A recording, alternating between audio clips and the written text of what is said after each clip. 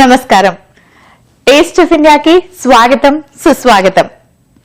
గుడిలో ఏ ప్రసాదం పెట్టినా, అమ్మ చేత్తో ఏ వంట వండినా అమృతంలా ఉంటుంది. గోదావరిలో పచ్చని పొలాలు, సెలయేళ్లు, పైరుగాలి, అందమైన ఆహ్లాదకరమైన వాతావరణం, అందమైన మనుషులు, సున్నితమైన మనసులు. అబ్బబ్బబ్బా, ఆ ఊరి గురించి ఎంత చెప్పినా తక్కువే. అమ్మ చేత్తో ఏ వంట చేసినా అమృతంలా ఉంటుందండి. గుళ్ళో ప్రసాదం తింటే చాలా బాగుంటుంది, మళ్ళీ మళ్ళీ తినాలనిపిస్తుంది కదా. అలాగే గోదావరిలో వంటల గురించి చెప్తుంటే మళ్ళీ మళ్ళీ చెప్పాలనిపిస్తుంది, తింటుంటే మళ్ళీ మళ్ళీ తినాలనిపిస్తుంది. అంత రుచిగా ఉంటాయి. సో మరి ఈ రోజు నేను మీకు 2 చక్కటి రెసిపీస్ ని పరిచయం చేయబోతున్నాను. అమ్మ చేత్తో చేస్తే ఆ వంట అమృతంలా ఉంటుంది, గుడికెళ్ళి తింటే కూడా అలాగే అనిపిస్తుంది. ఆ వంట ఏంటంటే పులగం అండి. పులగం అందరూ చాలా ఇష్టపడతారు. గోదావరిలో ఈ డిష్ చాలా ఫేమస్. మరి పులగం ఎలా తయారు చేయాలో నేర్పిస్తాను. ఆ తర్వాత ఇంకొక మంచి రెసిపీ కూడా ఉంది, అది ఇప్పుడే చెప్పను. ఫస్ట్ పులగం చేసి చూపించాక ఆ రెసిపీ చూపిస్తాను.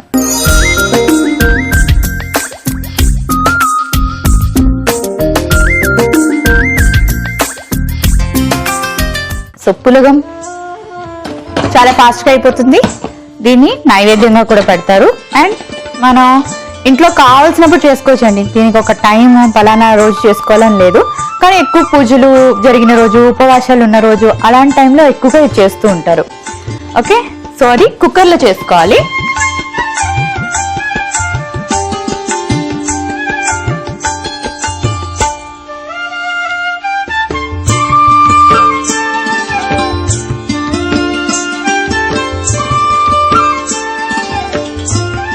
కొంచెం నెయ్యి వేసుకోవాలి. పులగంకి ఏంటంటే ఆయిల్ యూజ్ చేయకూడదు, నెయ్యితో చేస్తేనే బాగుంటుంది. బహుశా అందుకేనేమో దీన్ని నైవేద్యంగా కూడా వాడతారు ఎక్కువగా. దేవుడికి చేసే నైవేద్యాలు ఎక్కువ నెయ్యితో చేస్తూ ఉంటాం కదా మనం. కొంచెం ఇంకా వేసుకొని మిగిలింది లాస్ట్లో వేసుకుంటాను. ఓకే, ఈ రెసిపీకి ఘీ వేడి వేడిగా ఎంత మంచి ఫ్లేవర్ వస్తుందో. బియ్యం, పెసరపప్పు ఇలా నానబెట్టి పెట్టుకోవాలి. నేను ఆల్రెడీ రెడీ చేసి పెట్టుకున్నాను. కుక్కర్ వేడైంది, ఘీ వేడైంది. ఇప్పుడు ఏం చేయాలంటే చాలా సింపుల్. జీలకర్ర కాస్త,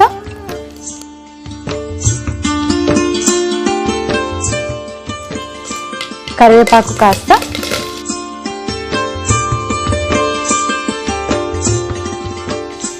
మిరియాలు,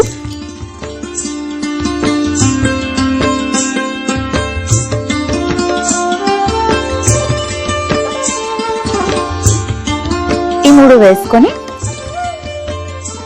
ఇలా బాగా కలుపుకొని వెంటనే నానబెట్టుకున్న బియ్యం పప్పు వేసుకోవాలి.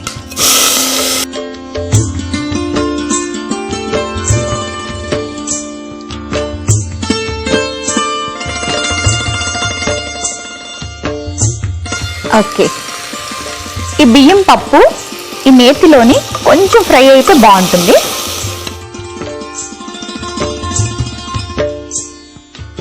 చిన్నపిల్లలు ఉంటే మాత్రం జాగ్రత్త, మళ్ళీ వాళ్ళు మిరియాలు తినేసి ఏడుస్తే నన్ను మాత్రం తిట్టుకోవద్దు. I'm not responsible. Okay, so ఇప్పుడు ఇది బాగా ఫ్రై అయిందండి. నేను ఇప్పుడు ఏం చేస్తానంటే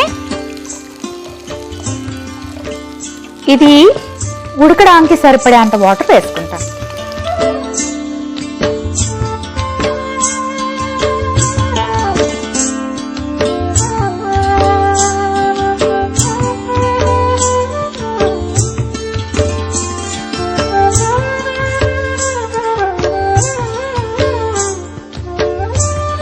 పెసరపప్పు చాలా ఫాస్ట్ గా ఉడికిపోతుంది, మీకు ఆ విషయం తెలుసు కదా. సో పెసరపప్పు చాలా సాఫ్ట్ గా అయిపోయి ఆల్మోస్ట్ మనకి రైస్ లో కలిసిపోయినట్టు ఉంటుంది. రైస్ ఏంటంటే కొంచెం ఎక్కువ సాఫ్ట్ అవ్వాలన్నమాట, అంటే మన కిచిడి ఎలా ఉంటుంది అలా అయిపోవాలి. ఓకే, ఇంకొంచెం వాటర్ వేసుకుందాం. Okay done. ఇప్పుడు నేను తీసుకున్న క్వాంటిటీ ఆఫ్ రైస్ కి సరిపడే అంత సాల్ట్ వేసుకుంటాం. వేసుకొని ఇలా బాగా మిక్స్ చేసుకొని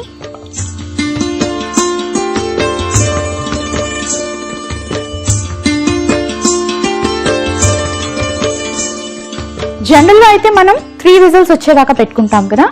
ఇది కొంచెం సాఫ్ట్గా కుక్ అవ్వాలి కాబట్టి 4 విజిల్స్ వచ్చేదాకా పెట్టుకుంటే బెటర్. విజిల్స్ వచ్చేసాయి. ఇప్పుడు ప్రెసెంట్ కొంచెం ప్రెషర్ ఉంది కాబట్టి కుక్కర్లో ఒక 2 నిమిషాలు వెయిట్ చేసి, ఇంకొక చిన్న ప్రాసెస్ ఉందన్నాను కదా, చాలా సింపుల్ అండి.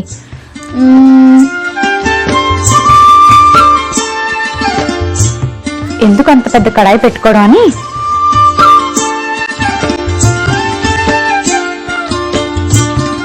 ఇది సరిపోతుంది.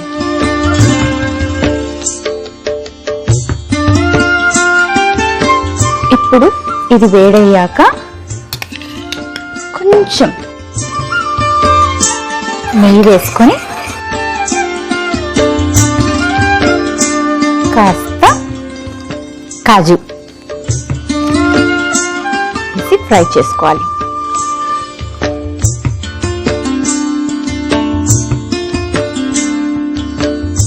ఓకే, సో కాజు ఫ్రై అయిపోయింది కదా, స్టవ్ ఆఫ్ చేసుకుందాం. ఇప్పుడు ఇది ఎంతవరకు వచ్చిందో చూద్దాం.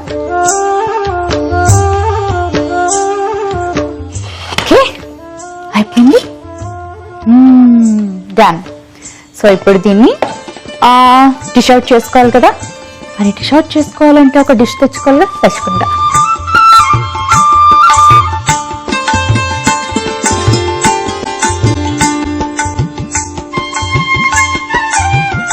ఇది కొంచెం సాఫ్ట్ గా వస్తుందండి. సో ఏంటంటే చూసారు కదా, ఇందాక మీరు కొంచెం ఎయిదర్ ఒక విజిల్ ఎక్స్ట్రా పెట్టుకోండి, లేదంటే వాటర్ కాస్త ఎక్కువ వేసుకున్నా సరిపోతుంది. ఇప్పుడైతే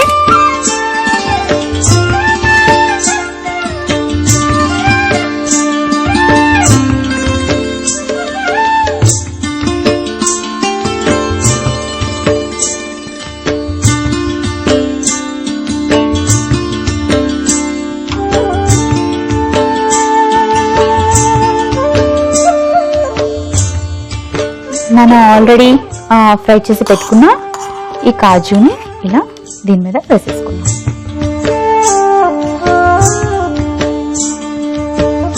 ఓకే, కాజు వేసుకున్నాం కదా. ఆ తర్వాత ఇంకొంచెం బ్యాలెన్స్ నెయ్యి మిగిలిపోయింది కాబట్టి దీన్ని లాస్ట్లో వేసుకోవాలన్నాను కదా, ఇలా పైన అలా వేసుకుంటే ఆ వేడికి నెయ్యి అంతా అలా కరిగి ఆ రైస్లోకి జస్ట్ అలా ఇమర్జ్ అయిపోతుంది అనమాట. వా వా వా, ఎంత మంచి ఫ్లేవర్ వస్తుందో. మరి టేస్ట్ కూడా చాలా బాగుంటుంది కదా. మీరు చేసుకుంటారా?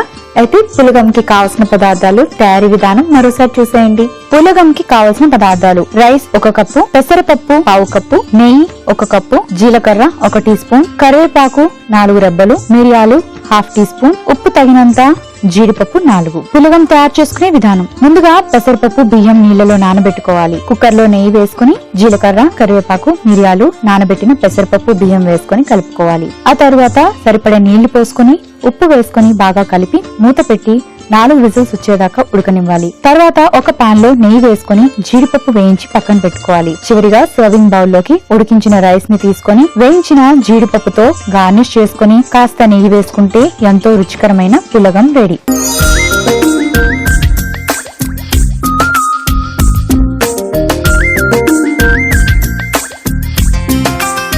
పులగంకి కావాల్సిన పదార్థాలు, తయారీ విధానం మరోసారి చూసారు కదండి.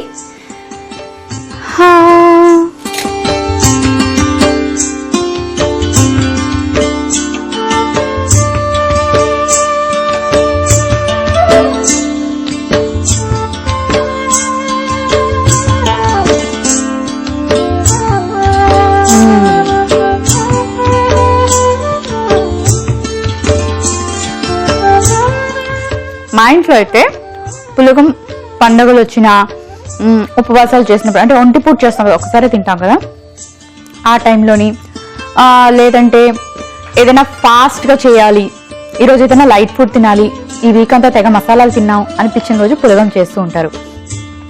ఇదేంటంటే ఒకటి మనకి గీతో చేస్తాము, very fast process and very light to digest. So one of the best recipe in Godavari. Next నేను ప్రిపేర్ చేయబోయే ఐటమ్ ఏంటంటే అరటికాయ కోడిగుడ్డు పులుసు.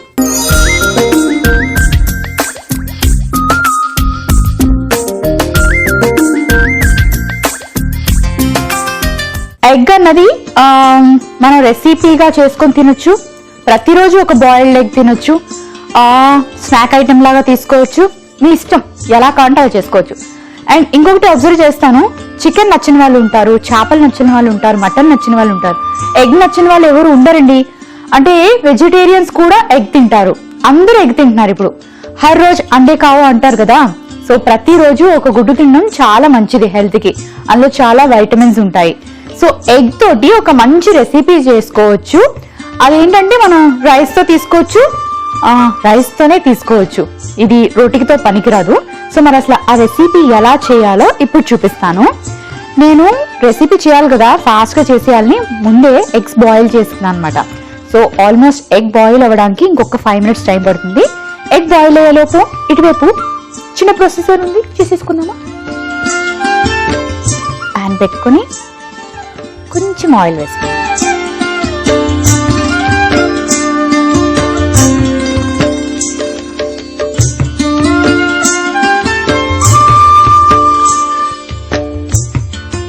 ఈ ఆయిల్ కాస్త హీట్ అవ్వాలి.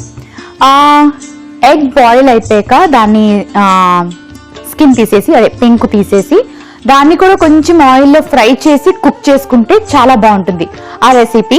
ఇంకొక రెసిపీ కూడా చెప్తాను, చాలా స్మాల్ రెసిపీ, మీ పిల్లలకు బాగా నచ్చుతుంది. ఎగ్ బాయిల్ చేసి దాన్ని ఆయిల్లోని మధ్యకి కట్ చేసి, అంటే 2 halves కట్ చేసి దానికి కొంచెం salt and chilli powder add చేసి అలా ఫ్రై చేసి ఇవ్వండి. మీ పిల్లలు తెగ్గ ఇష్టంగా తింటారు. బిలీవ్ మీ, ఈసారి ట్రై చేయండి డెఫినెట్ గా. ఓకే, సో ఆయిల్ హీట్ అయ్యాక ఉల్లిపాయ ముక్కలు వేసుకోవాలి.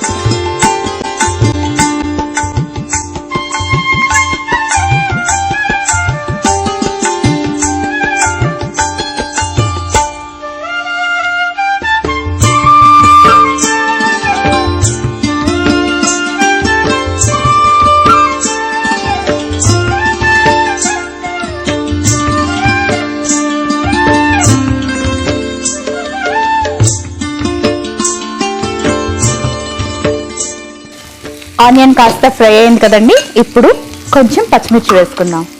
పులుసు కాబట్టి కొంచెం ఎక్కువ వేసుకోవచ్చు.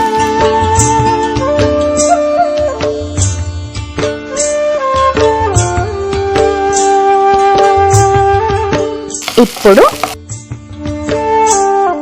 కరివేపాకు వేసుకుందాం.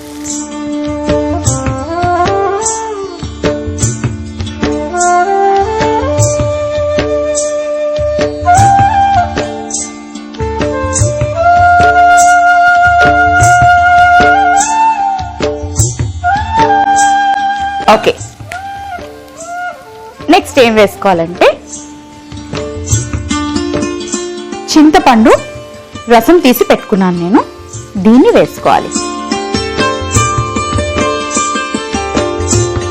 చింతపండు రసం మనం దేంట్లో వేసి కుక్ చేసినా సరే అది కాస్త ఆయిల్లోని ఉడకాలి. సో ఇప్పుడు దీన్ని ఇంట్లో వేసుకుని ఉడికించుకుందాం.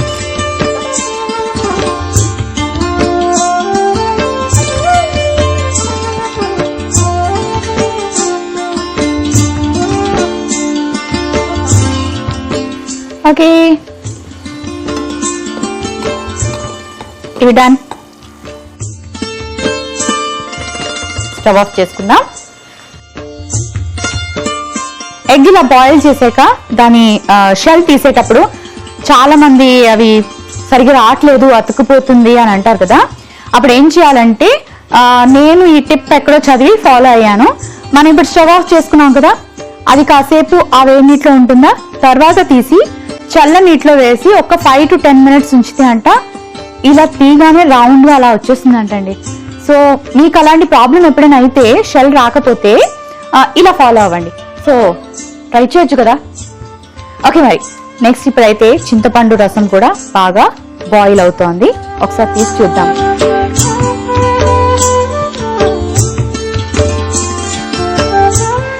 బాగానే బాయిల్ అయింది.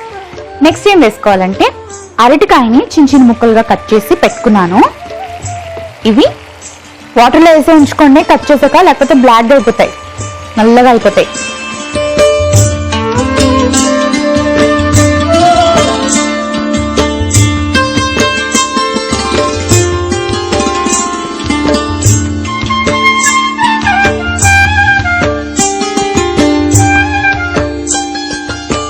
అరటికాయ పచ్చిగా ఉంటుంది కదా, సో ఇది కొంచెం ఈ చింతపండు రసంలో ఉడికితే బాగుంటుంది. సో దాన్ని అలా మూత పెట్టి పెట్టుకుందాము. ఈలోపు ఇవి చల్లగా అయ్యగానే షెల్ తీసి రెడీగా పెట్టుకుంటాను.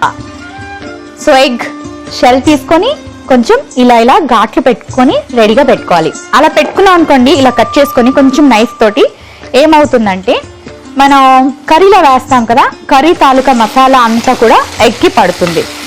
ఓకే, అరటికాయ చాలా చక్కగా ఉడికింది. ఇప్పుడు ఇందులో కొంచెం వాటర్ వేసుకుందాం. వేసుకున్నాక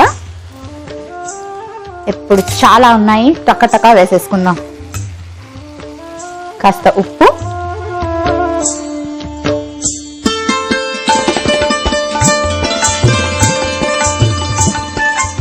కారం వేసాక ఇలా కొంచెం కలుపుకోవాలి.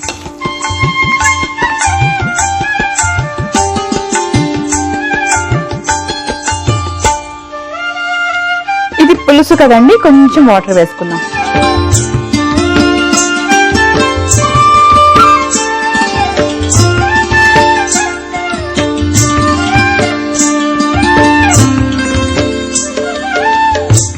ఇప్పుడు ఇది ఉడుకుతుంది. ఇందులో మనం ఏం వేసుకోవాలంటే కొంచెం పసుపు, ఆ తర్వాత కొంచెం బెల్లం వేసుకోవాలి.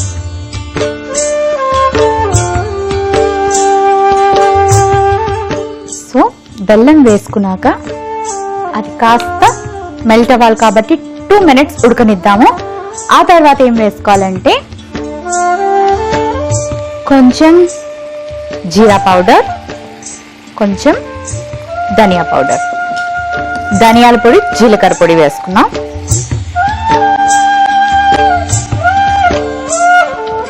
ఇప్పుడు బాయిల్ చేసి పెట్టుకున్న ఈ ఎగ్స్ ని ఇందులో వేసేసుకోవాలి. అప్పుడు ఇవి కర్రీలో ఉన్న మసాలాలన్నీ ఎగ్ అబ్జర్వ్ చేసుకుంటుంది అన్నమాట.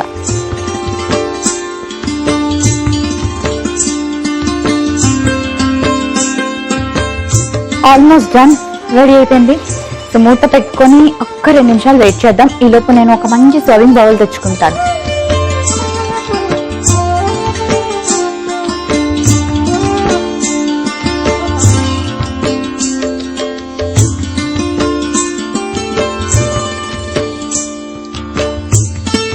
So almost done, stove off చేసుకుందాం. ఇప్పుడు డిష్ అవుట్ చేసుకుందాం.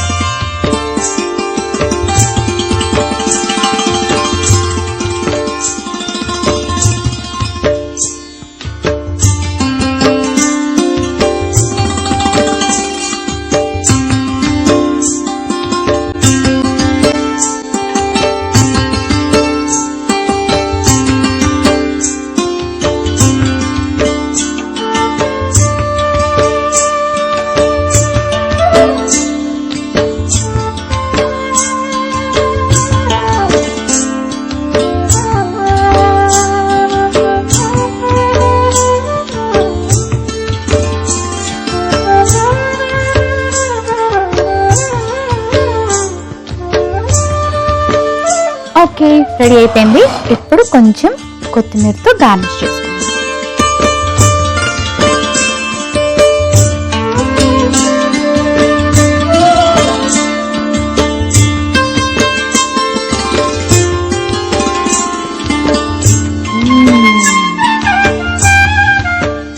అరటికాయ కోడిగుడ్డు పులుసు రెడీ అయిపోయింది. మరి దీనికి కావాల్సిన పదార్థాలు, తయారీ విధానం మరోసారి చూసేయండి.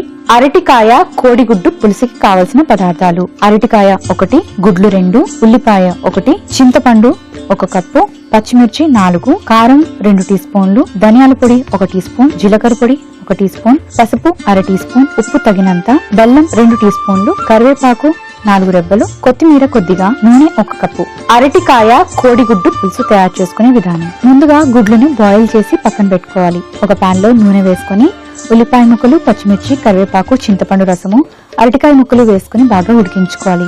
ఆ తర్వాత నీళ్లు, ఉప్పు, కారం, పసుపు, బెల్లం వేసి కాసేపు ఉడకనివ్వాలి. తర్వాత జీలకర్ర పొడి, ధనియాల పొడి వేసుకుని బాగా కలుపుకోవాలి. ఉడికించిన కోడిగుడ్లను కూడా వేసి కాసేపు ఉడకనివ్వాలి. చివరిగా స్టవ్ ఆఫ్ చేసి సర్వింగ్ బౌల్లోకి తీసుకొని కొత్తిమీరతో గార్నిష్ చేసుకుంటే ఎంతో రుచికరమైన అరటికాయ కోడిగుడ్డు పులుసు రెడీ.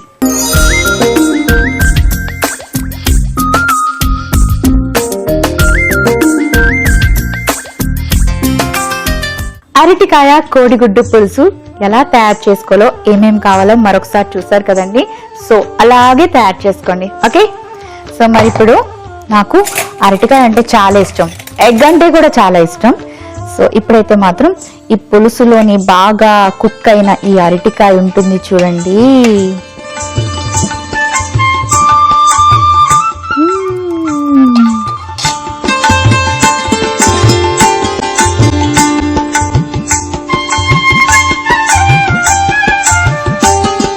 వేడి వేడిగా, పుల్ల పుల్లగా, తీయ తీయగా, కారంగా, మిక్స్డ్ ఫ్లేవర్స్. అరటికాయ మామూలుగా ఎలా ఉంటుంది చెప్పండి, చప్పగా ఉంటుంది, దానికి ఏం టేస్ట్ ఉండదు కదా. సో మరి ఇన్ని ఫ్లేవర్స్ లో వేసి కుక్ చేసిన అరటికాయ ఎలా ఉంటుంది, సూపర్ ఉంది. సో అలాగే పులుసు కూడా చాలా బాగుంది. ఎగ్ మీకు తెలిసిన టేస్టే, మాక్సిమం అందరికీ తెలుసు, అందుకే నేను చెప్పలేదు. కానీ ఎగ్ ని ఇందులో కుక్ చేసి చాలా సేపు మనం బాయిల్ చేసాం కాబట్టి ఆ ఎగ్ కూడా ఈ ఫ్లేవర్స్ అన్ని మిక్స్ చేసుకొని యమ్మీగా ఉంటుంది. సో మరి ఈ రెసిపీని కంపల్సరీగా రైస్ తో తీసుకుంటేనే బాగుంటుంది. చాలా రకాల ఎగ్ కర్రీస్ తినుంటారు కదా, సో అలాగే ఈ ఎగ్ కర్రీని కూడా తప్పకుండా ట్రై చేయండి. మరి ఈ రోజు కూడా నేను మీకు 2 గోదావరి రెసిపీస్ ని పరిచయం చేశాను కదా, ఒకటి పులగం, ఇంకొకటి అరటికాయ కోడిగుడ్డు పులుసు. సో ఈ 2 తప్పకుండా ట్రై చేయండి, అలాగే టేస్ట్ చేసి ఎంజాయ్ చేయండి. మరి రేపటి ఎపిసోడ్ లో మళ్ళీ కలుసుకుందాం. అంతవరకు సెలవు, నమస్తే.